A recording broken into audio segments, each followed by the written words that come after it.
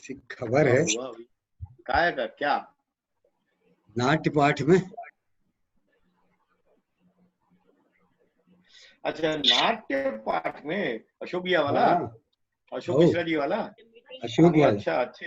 हाँ हाँ, वो दोनों बहुत अच्छे। वो बोल रहा था, ब्रजेश बता रहा था टीसी वाली कहानी अच्छी वो। बहुत अच्छी, बहुत अच्छी, रियली बहुत अच्छी है। कल हमारे तो नेट प्रॉब्लम था। वैसे अरे यार, तुम्हारा मेरा मंच नेट के का अलावा प्रॉब्लम कुछ नहीं बहुत है। करता। बड़ा नेट प्रॉब्लम है तुम्हारा यार, कुछ ठीक करो। नीट प्रॉब्लम है। अरे अभी तक तो ठीक कर लेना चाहिए था ना यार। ये ठीक हो गया, और क्या, शाम को 10 गड़बड़ा दिन जाता से है। 10 दिन से नेट नेट पे काम कर रहे हो और फिर नेट प्रॉब्लम है बोलते, क्या बोले आपको? नहीं नहीं, अभी ठीक है हमारा, बिल्कुल ठीक है, हाँ। ओम भाई, ठीक है फिर, कलकत्ता और क्या हाल है? बहुत बुरे हाल, अरे वो बहुत बुरा हाल है। मोदी जी वहां पहुंचे हैं तो कुछ तो किया होगा ना उन्होंने। हाँ, मोदी पता जी तो नहीं, पहुंच गए ना वहां। आज गए हैं, सर्वेक्षण करेंगे। राजा को पसंद आएगा तो प्रजा के लिए कुछ करेंगे। हमारे बीच हाँ, में ये आप, विजय सर आ चुके हैं। ओके। वाह क्या बात। तो मैं विधिवत तौर पे उनका स्वागत करती हूँ। सर, आपको बिल्कुल। नमस्कार करती हूँ। और जी ये नमस्कार। मेरा मंच में आपका बहुत बहुत स्वागत है, अभिनंदन है। हम लोग सब यहाँ पर आपको सुनने के लिए जुड़े हैं। तो अब ये क्लास मैं आपके हैंड ओवर करती हूँ, प्लीज। नमस्कार आप सबको। नमस्कार सर। नमस्कार विजय जी। जी नमस्कार। और नमस्ते। बड़ी अच्छी और बड़ी रोचक चर्चा हो रही थी, मैं सुन रहा था, आवाज आ रही थी मुझे आप लोगों की। सामाजिक, राजनीतिक और व्यंग्यात्मक बातचीत मुझे हमेशा से अच्छी लगती है और मेरा मतलब बहुत प्रिय सब्जेक्ट मैटर रहा है।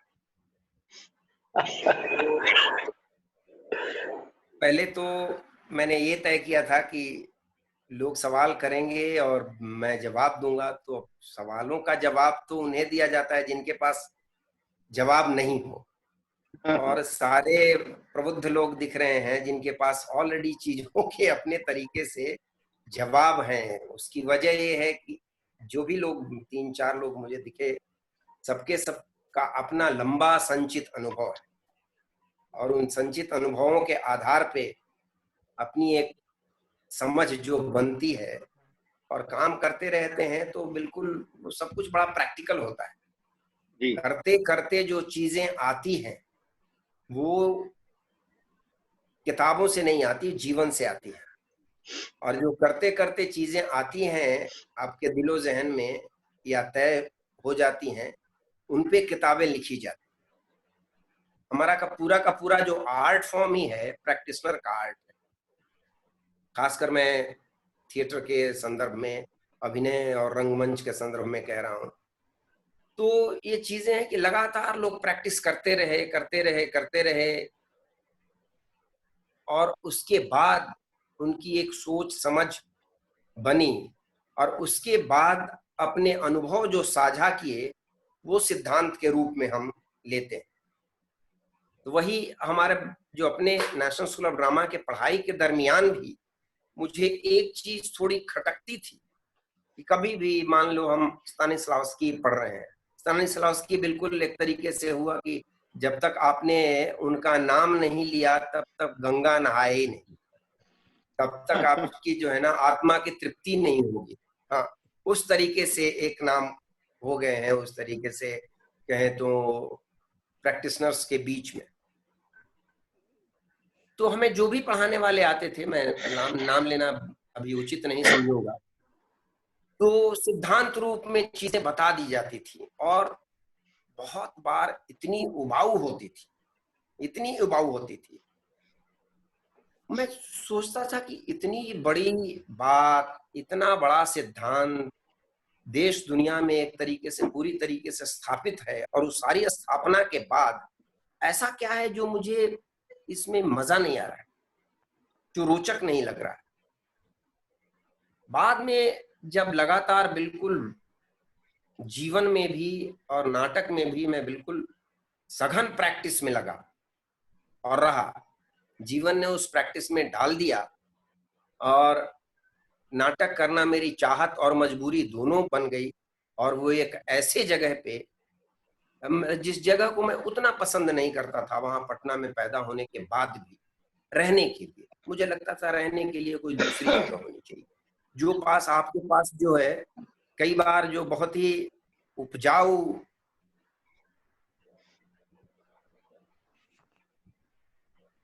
हेलो हेलो, आवाज आपकी कट गई। परेशानी आते रहती है। हाँ, अभी आगे। हाँ जी, तो मैं कह रहा हूं कि जो चीजें आपके पास सहज रूप से उपलब्ध होती है, उसके प्रति एक अनजाने में भी उपेक्षा का भाव रहता है। और जब उस जगह से दूर चले जाते हैं, जब अपने चौखट को लांग के दूर जाते हैं, तब उस जगह की याद बहुत बहुत ही घनीभूत हो जाती। तो वैसा ही मेरा पटना के साथ रिश्ता है। वहां शुरुआती दौर की पढ़ाई की मैंने, पढ़ाई के बाद फिर दिल्ली आ गया। दिल्ली आने की वजह ये थी कि मुझे सिनेमा करना था, और सिनेमा करना था तो आप मुंबई तो जा नहीं सकते, ना घर से किसी तरीके का कोई सपोर्ट मिलेगा, और हम कह ही दे तो ऐसे लगता था कि पता नहीं गला दबा दिया जाएगा या गोली मार दी जाएगी या घर से निकाल दिया जाएगा, बिल्कुल दरबदर कर दिया जाएगा। तो ऐसी स्थिति थी। तो उस दरमियान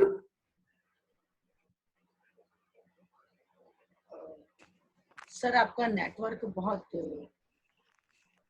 मैं अपनी बात पे फिर से लौट कर आऊंगा। उस दरमियान काफी लोग जो नेशनल स्कूल ऑफ ड्रामा के थे, जो फिल्मों में अपनी जगह बना रहे थे और यदा कदा दिख जाया करते थे, और कुछ लोगों ने तो अपनी बहुत ही सघन जगह बना ली थी, नसीर भाई, ओमपुरी साहब, राज बब्बर जी, इन लोगों ने। तो इनके इंटरव्यूज यदा कदा इधर उधर आया करते थे। और पटना में जो एक पढ़ने वाला जो बिहार है, उसमें इनकी चर्चा बहुत हो, तो उससे मैं भी वाकिफ था। अब मुझे लगा कि चलो फिर दिल्ली चलना चाहिए, और दिल्ली आ गया। तब तक मैं न पटना के थिएटर को जानता था। हेलो,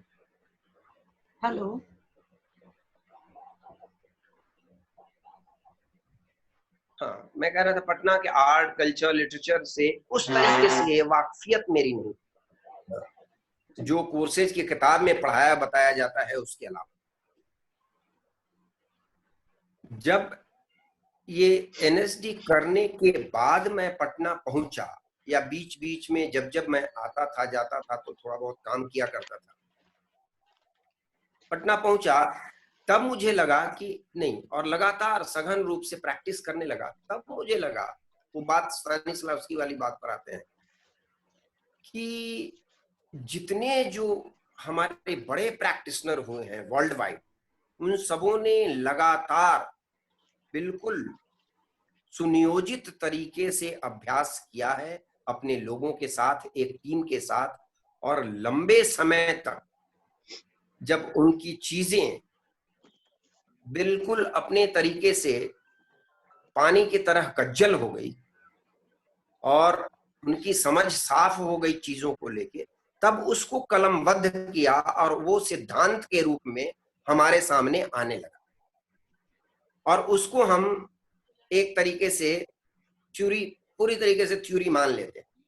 अब उस थ्योरी को जो लगातार प्रैक्टिस के बाद और संचित अनुभव के बाद बना है, उसको सीधे थ्योरी के रूप में पढ़ें और प्रैक्टिस न करें तो फिर बहुत ऊपरी पायदान पे बातें होके रह जाती है। और ये कमी हमारे दरमियान की ट्रेनिंग में ड्रामा स्कूल में थी।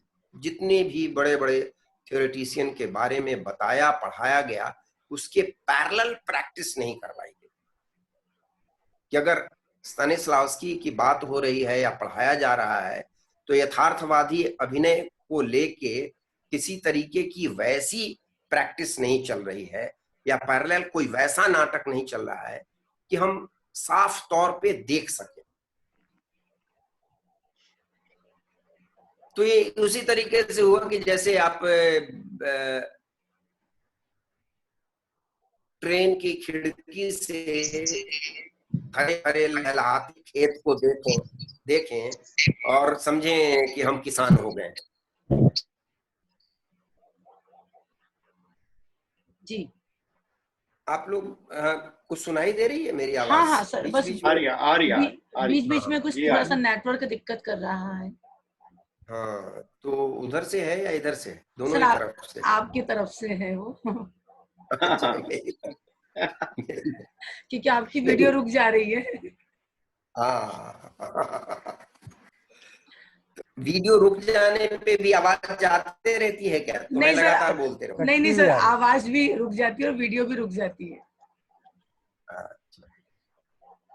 तो मुझे लगता है कि ऐसे है कि बातचीत का सिलसिला जो है ना, जी कुछ आदान प्रदान से शुरू करते हैं।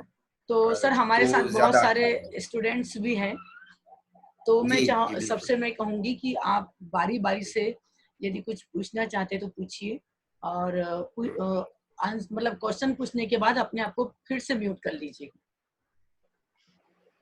मैं कर लूं? नहीं नहीं सर, आप नहीं नहीं, नहीं, वो आप कर लूं? हाँ जो मैंने जैसे कहा मैं कर लूं फिर कैसे? नहीं नहीं सर, हाँ सौरभ, सौरभ बंसल पूछिए। सौरभ, हाँ सौरभ पूछिए। नमस्कार, बताइए। सर अभिनय में एक्टर के लिए वॉइस का कितना महत्व होता है? डिक्शन को लेके, उस चीज को लेके, और अपनी वॉइस को प्रभावशाली बनाने के लिए उसे क्या करना चाहिए? क्या प्रभावशाली बनाने के लिए? हाँ देखियो, अभिनय में वॉइस का बहुत बड़ा महत्व है। जीवन में जितना आवाज का महत्व है, उतना ही महत्व अभिनय में भी आवाज का है। और अगर ये महत्वपूर्ण रहता नहीं तो आप शायद सवाल ही नहीं करते। और उसको प्रभावशाली बनाने के लिए क्या करना चाहिए? मेरा जो अपना अनुभव रहा है, और उसके अलावा थोड़ा बहुत मैंने वॉइस पे, आवाज पे काम भी की है। एक साल का कोर्स भी किया था मैंने जाके central school of speech and drama London में, ब्रिटिश काउंसिल के एक फेलोशिप पे, Charles voice India trust award के तहत एक फेलोशिप किया था। उस संदर्भ में बता रहा हूँ कि वहाँ चीजें जो है बहुत सुनियोजित तरीके से आवाज को लेके वो लोग काम करते हैं और उन लोगों का लंबा अनुभव है। तो आवाज के लिए सबसे पहले समझना ये होगा कि सांस को समझना होगा। और सांस को समझने के लिए मैं बार बार कहता हूं कि हर समय विशेष की अलग अलग सांस होती है। हम खा रहे हैं तो अलग सांस है, पानी पी रहे हैं तो अलग सांस है, दौड़ कर जा रहे हैं तो अलग सांस है, भूखे हुए हैं तो अलग सांस है, थके हुए हैं तो अलग सांस है, बहुत डिप्रेस्ड हैं, परेशान हैं तो अलग सांस है। अभी जयंत भाई सिगरेट अगर पी रहे हैं तो सिगरेट की कश लेने में अलग सांस है। तो सांस को समझना होगा। सांस को, हर मन स्थिति की अपनी अलग एक सांस होती है। तो कैरेक्टराइजेशन में भी उस सांस को समझना बहुत जरूरी है। आप सांस को समझेंगे तो चरित्र के बीज को आपने समझ लिया, और वो चरित्र के बीज को समझ लिया तो बीज आपके पास है, तब पौधा बनने की पॉसिबिलिटी रहती है। नहीं तो बीज ही नहीं है तो कितना भी उपजाऊ खेत है आपके पास, वो कोई पेड़ पौधा पल्लवित पुष्पित होगा नहीं। तो आवाज के लिए सांस को समझना और सांस के लिए स्थिति विशेष को समझना। तो पहले सांस, फिर आवाज, फिर हम शब्द, अक्षर और बाकी उस तरीके से संवाद पे जाएंगे। आवाज का बहुत ज्यादा महत्व है। हमारे यहाँ थिएटर जो है ज्यादातर जो है बातचीत का रंगमंच।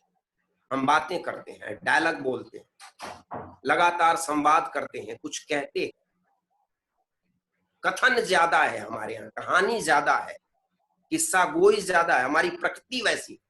तो वैसे में जितनी सीजन्ड आवाज रहेगी उतना ही आप बेहतर तरीके से अभिनय कर पाएंगे और अपने बात को बेहतर तरीके से, पूरी तरीके से, सफाई से कम्युनिकेट कर पाएंगे।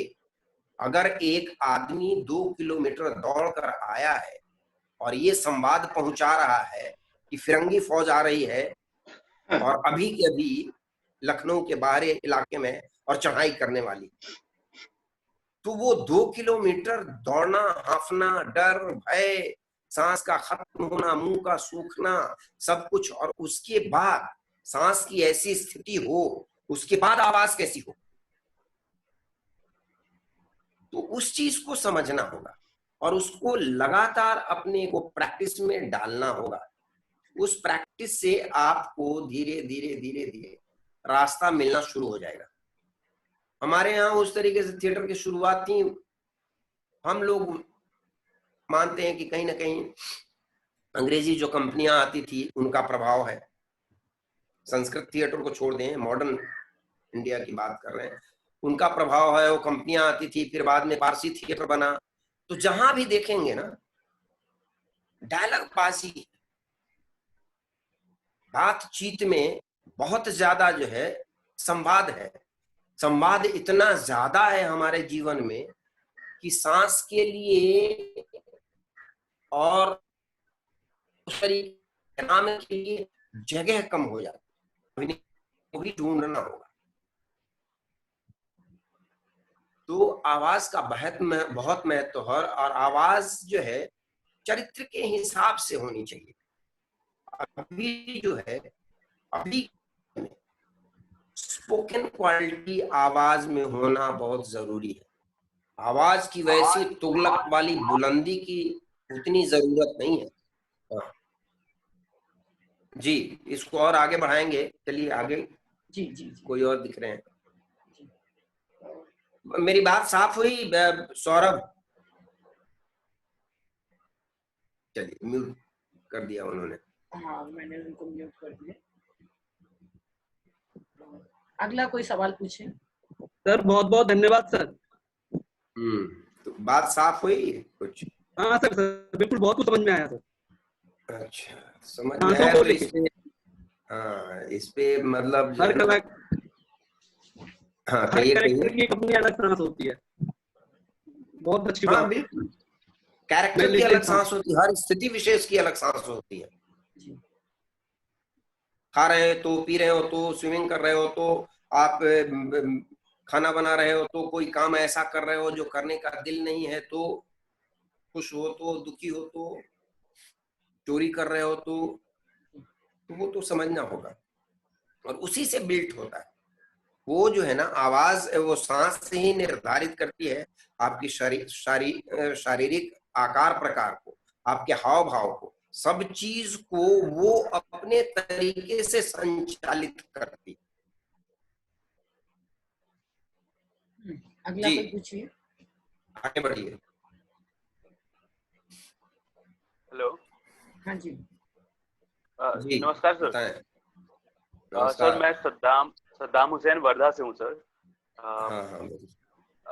सर मैं जब भी कोई मैं चाहे कोई किताब पढूं तो मेरे गले में ना सर वो दर्द होने लगता है। कुछ देर पढ़ने के बाद गले में दर्द होता है और ऐसा लगता है कि मैं जबरदस्ती उस चीज को पढ़ने की कोशिश कर रहा हूँ। तो वो एक प्रैक्टिस की वजह से होता है या सर उसके लिए कोई एक्सरसाइजेज है जिससे कि हमें इसे निजात मिले? जी सर। आप ये बताएं कि पढ़ना शुरू करते हो और दर्द होने लगता है? नहीं सर, जैसे मैं 5 मिनट पढ़ा, 8 मिनट पढ़ा, क्योंकि अमूमन किसी स्क्रिप्ट को लेके या फिर कोई कहानी तेज पढ़ने की कोशिश करते हैं ताकि वॉइस में फायदा होता है इससे।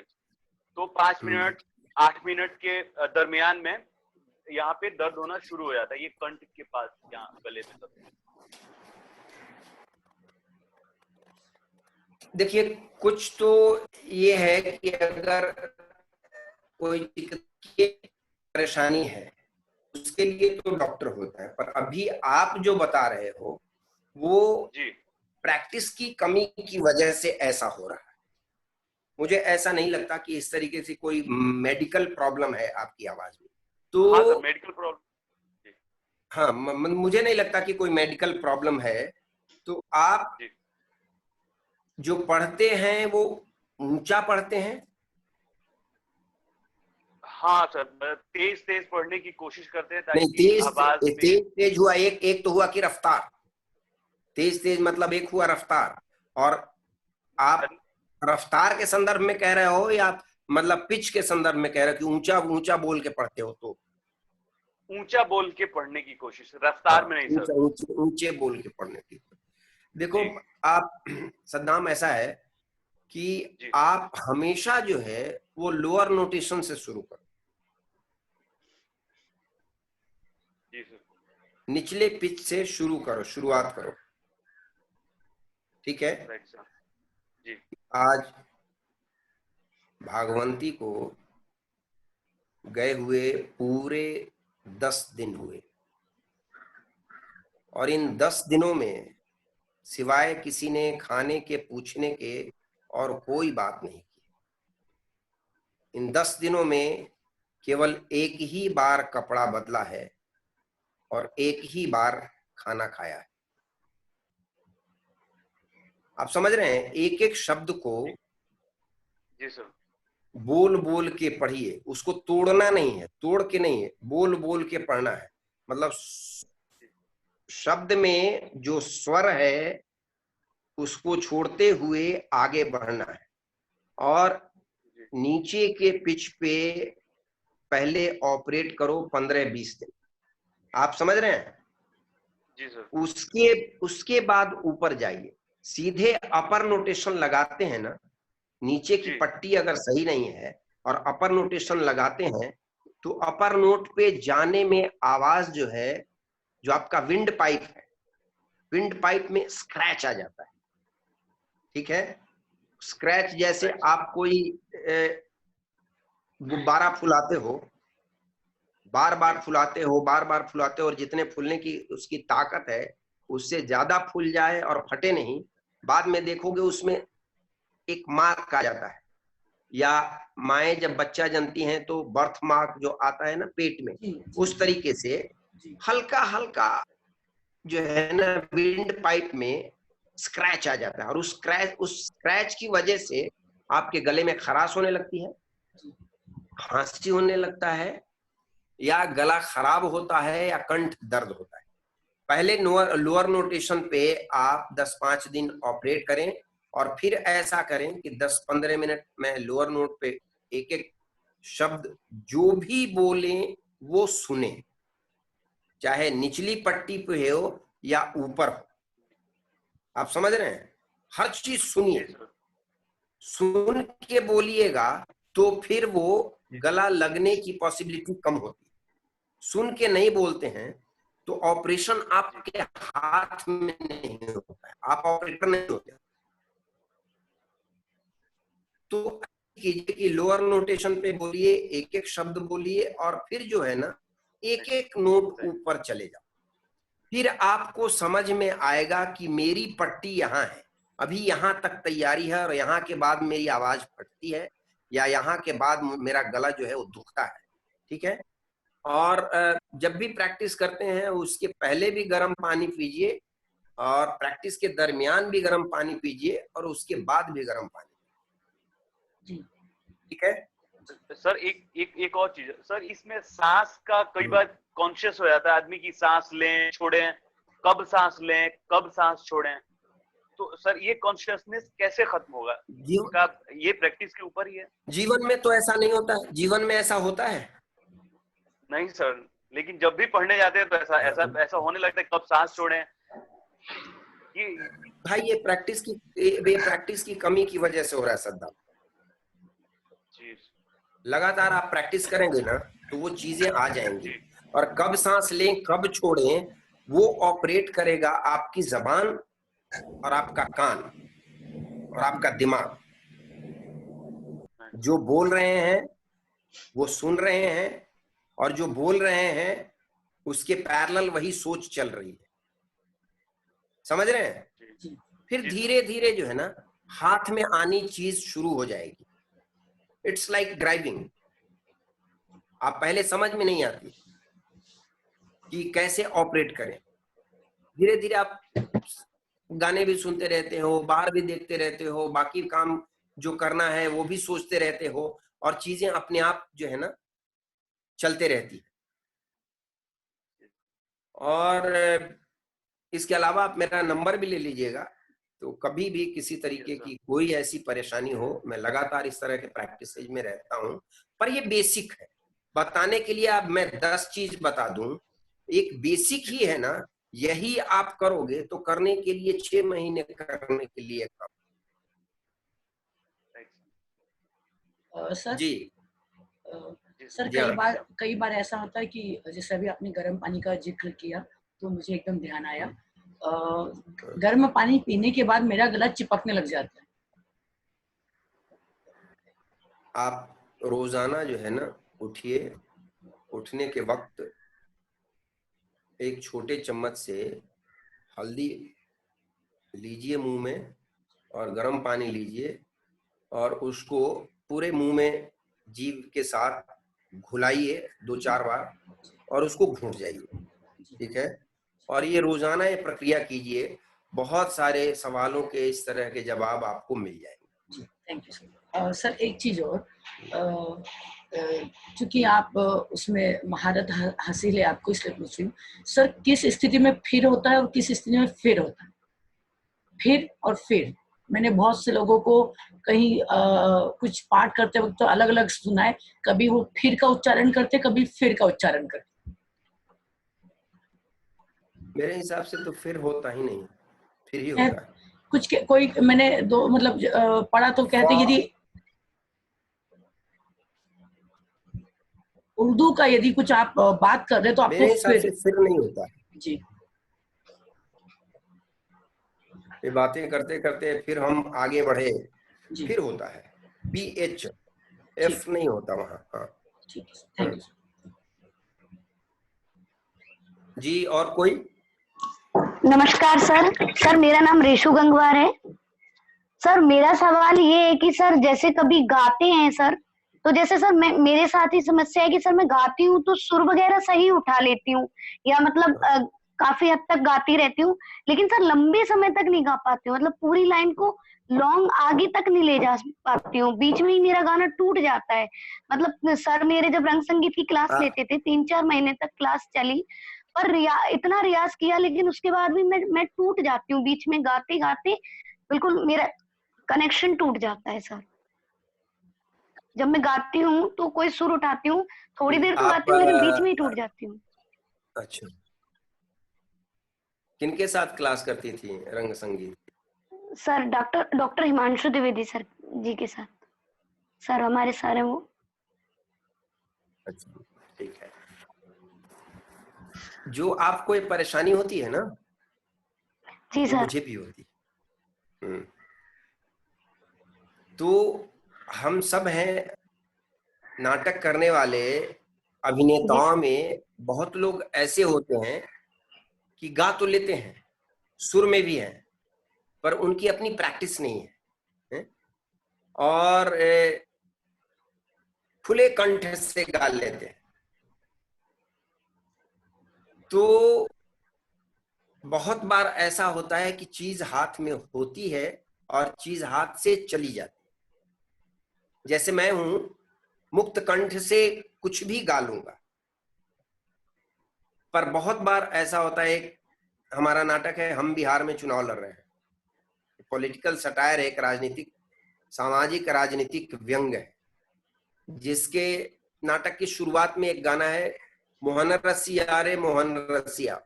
ये इतना गाया गया है, इतना गाया है बिहार में लोगों ने, हमने अपने नाटक में ही 800 बार से ज्यादा गाया है। कम से कम 800 बार के शोज में मैं कहूं तो कुछ नहीं तो 100 बार तो मैं बेसुरा हो गया। उसकी वजह है कि मैं गायक नहीं हूं, एक अभिनेता है जो गा भी लेता है, ठीक है। और आवाज की प्रैक्टिस अभिनय के लिए जो है उसका शास्त्र अलग है, और जो संगीत के लिए है उसका शास्त्र मेरे हिसाब से अलग है। मैंने आवाज की प्रैक्टिस में हारमोनियम पर आज तक न प्रैक्टिस की है और न करवाई है। उसको मैं गलत मानता हूं ऐसा नहीं है। सुर की समझ होना, सुर में आ जाना बहुत अच्छी बात है, पर बहुत एक से एक उद्भट अभिनेता हैं जो बेसुरे हैं, पर वो स्टेज पे सबसे ज्यादा सुर में होते हैं जब वो डायलॉग बोल रहे होते हैं। समझ रहे हैं?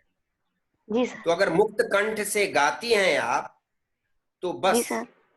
कुछ करने की जरूरत नहीं है, उसको लेके बहुत ज्यादा कॉन्शियस होने की जरूरत नहीं है।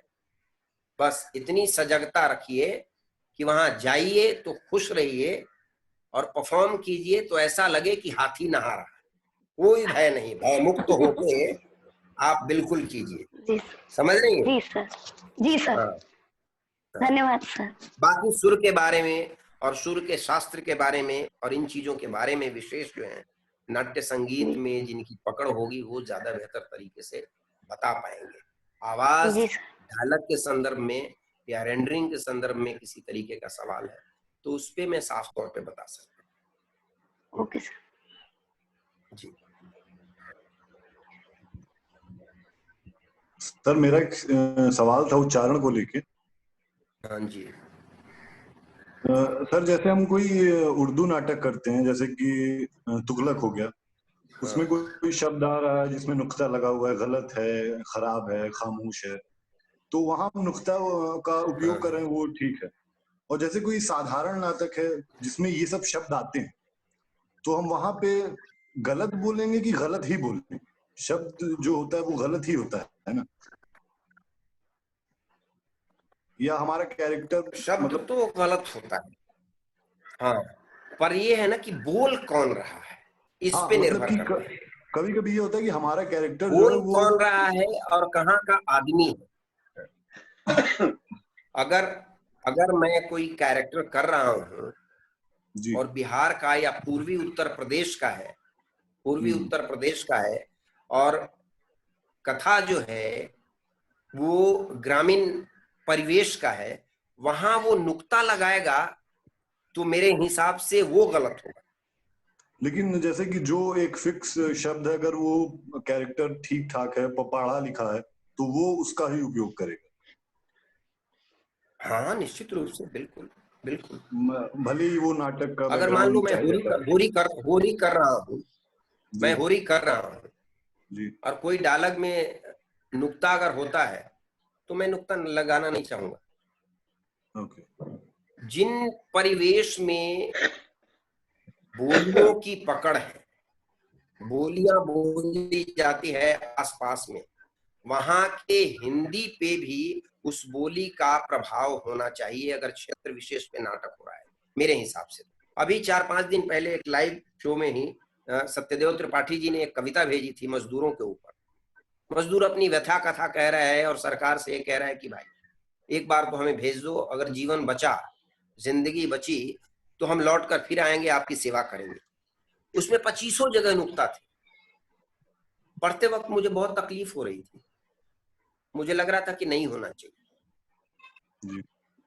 तो कौन बोल रहा है, चरित्र कौन है, उसके ऊपर निर्भर करता है। तुगलक बोल रहा है तो बिल्कुल होगा, अगर कंजूस नाटक है, मिर्जा सखावत बेग बोल रहा है तो बिल्कुल होगा, कोई भी मतलब उस तरीके से उर्दू परिवेश का नाटक है तो उसमें तो होगा ही होगा, या हिंदी पट्टी में भी हिंदी का नाटक है तो उसमें होगा।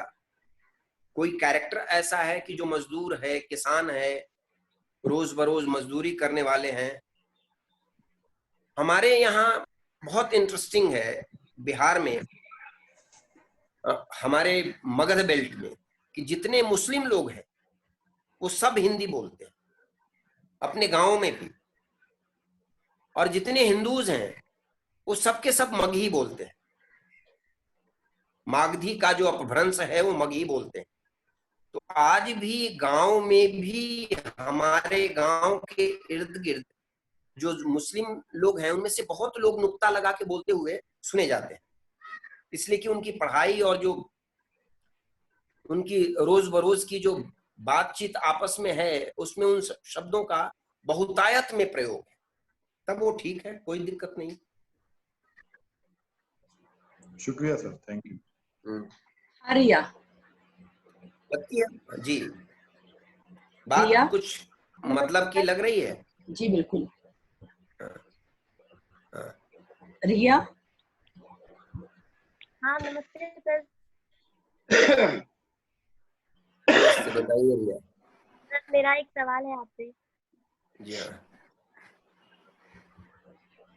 सर, वॉइस मॉड्यूलेशन के लिए मतलब जब मैं ऊपर जाती हूँ, मेरा मतलब जो भी डायलॉग मिलता है, जब मैं ऊपर के पेज पे बोलना शुरू करती हूँ तो मैं बोल नहीं पाती हूँ, मेरा गला फंसने लगता है।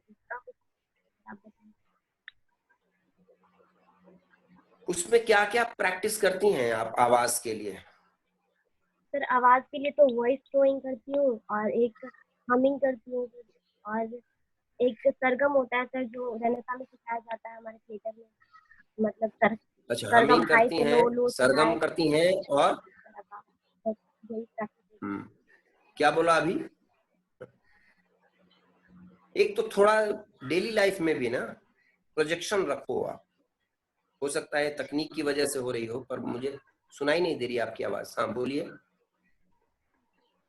सर मैं वॉइस प्रैक्टिस के लिए वॉइस हमिंग करती हैं आपने बोला? हाँ करती हूँ जी, वॉइस तो करती हूँ और हाई पीच से लो पीच, ता से हाई जाता है फिर लो जाता है, और बस मेडिटेशन में ओम ओम की चैंटिंग करती हैं। हाँ। आप रोजाना ऐसा करना शुरू कर दीजिए। पहले भी जिन लोगों ने आवाज को लेकर सवाल किया वो भी सुन लें कि आप जो है इस पोजीशन में आ जाएं जैसे बिल्ली है, दोनों पैर के घुटने मोड़ लें और हाथ आगे रखें, और जैसे जानवर होते हैं बिल्ली, कुत्ते, हिरन, उस तरीके से उस पोजीशन में आ जाएं आप, और अपनी किताब रख लें, कोई भी पाठ रख लें और उसका पाठन करें। जब आप उस पोस्चर में रहते हो जो जानवरों की स्थिति होती है, तो वहां पे जो भी आवाज निकलती है या निकाली जाएगी वो सबके सब पेट से आती है। और आवाज पेट से आ रही हो तो गला नहीं लगता। आवाज का पेट से आने का मतलब कि पेट एक तरीके से उद्गम स्थल की तरह है।